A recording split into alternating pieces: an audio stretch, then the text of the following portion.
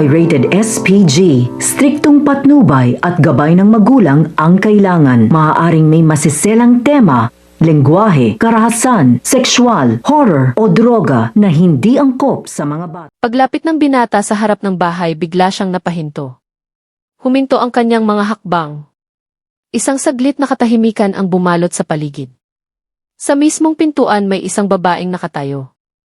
Tahimik. Mapagmasid. Parang matagal nang naroon naghihintay. O marahil nagbabantay. Bahagyang yumuko ang binata bilang paggalang. Huminga siya ng malalim, dahan-dahan, parang pinipigil ang kaba na kumakabog sa kanyang dibdib. Pagkatapos nagsalita siya. Kayo po ba si mama ni Jasmine? May relative po ba kayong binisita dito?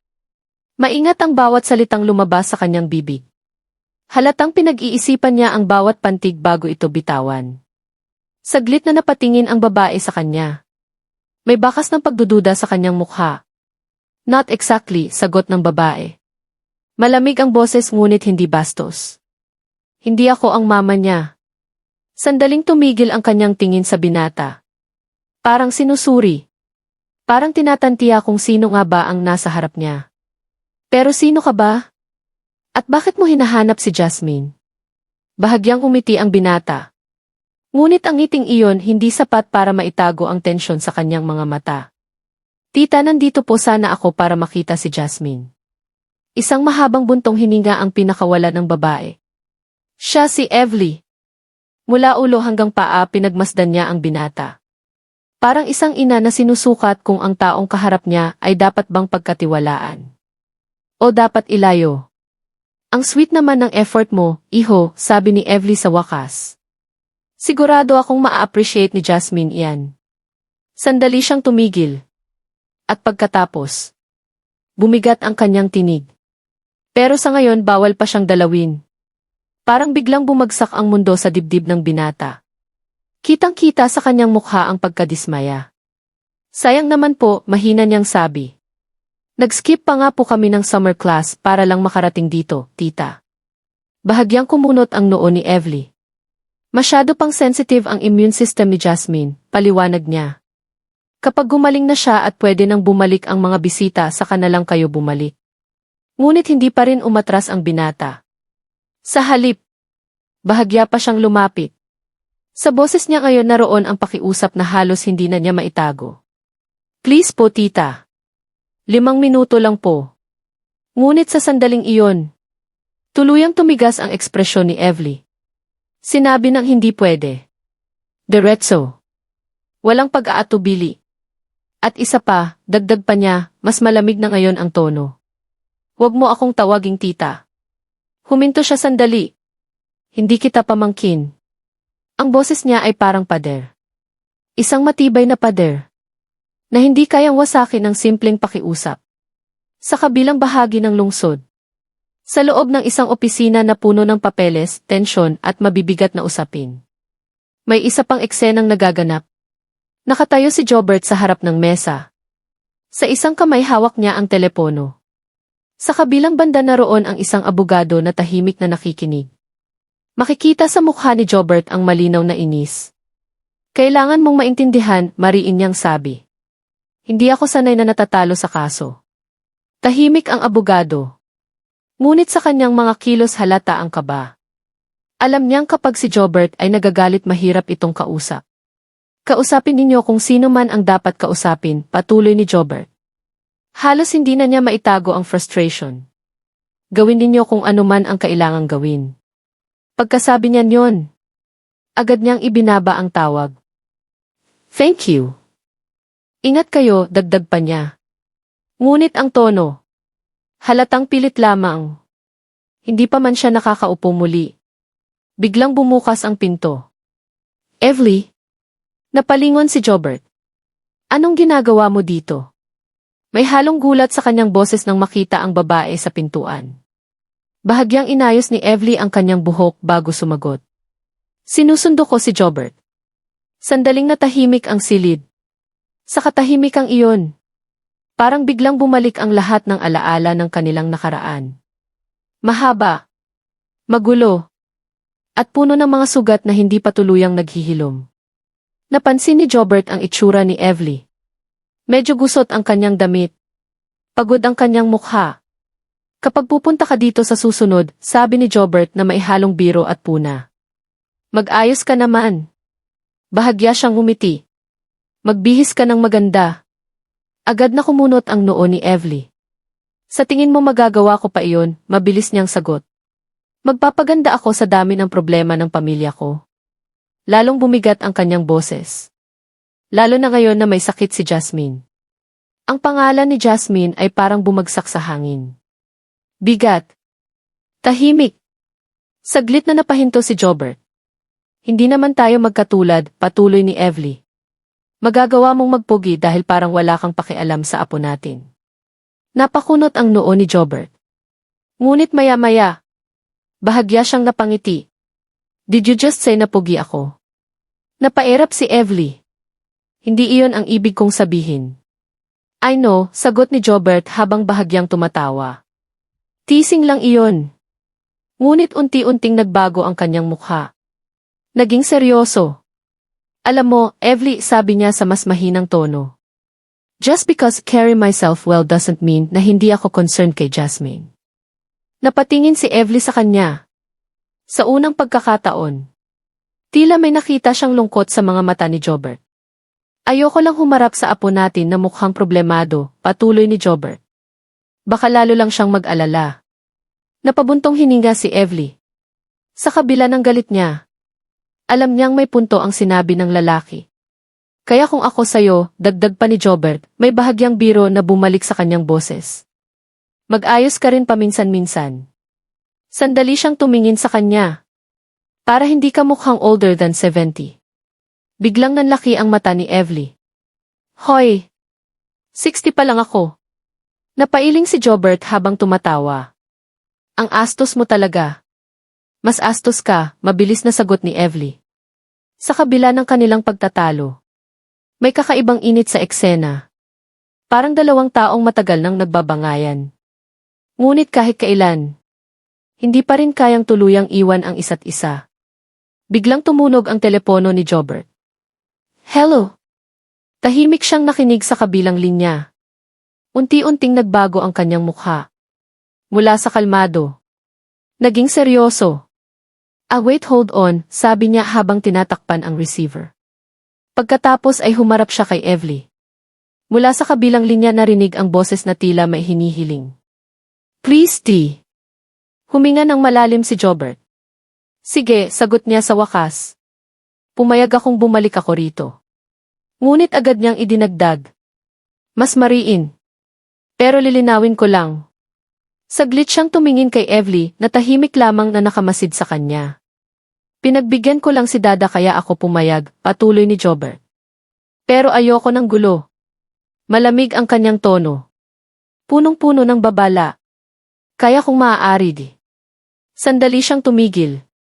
Kapag nandito tayo sa opisina mag-iwasan na lang tayo. Pagkababa niya ng telepono, bumigat muli ang katahimikan sa pagitan nilang dalawa. Si Evely ay nakatayo lamang. Tahimik. Ngunit halatang napakaraming iniisip. Sa kanyang isipan umiikot ang lahat ng problema ng kanilang pamilya. Lalo na ang kalagayan ni Jasmine. Samantala si Jobert naman ay nakatingin sa malayo. Para bang may sarili siyang laban na tahimik na kinakaharap sa loob ng kanyang isip.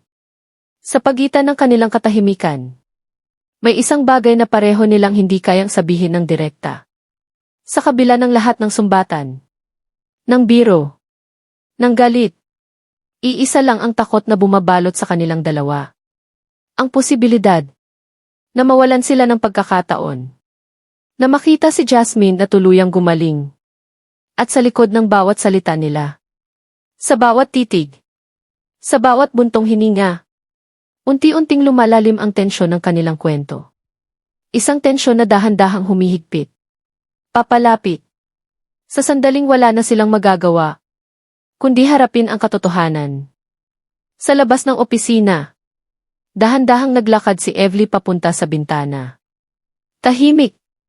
Mabigat ang bawat hakbang. Sa likod niya, naroon si Jobert, nakaupo na muli sa kanyang upuan, ngunit hindi rin mapakali. May kung anong bumabagabag sa kanyang isip. Evely, mahina niyang tawag. Ngunit hindi agad lumingon ang babae. Patuloy lamang siyang nakatanaw sa labas ng bintana, kung saan makikita ang abalang galaw ng lungsod.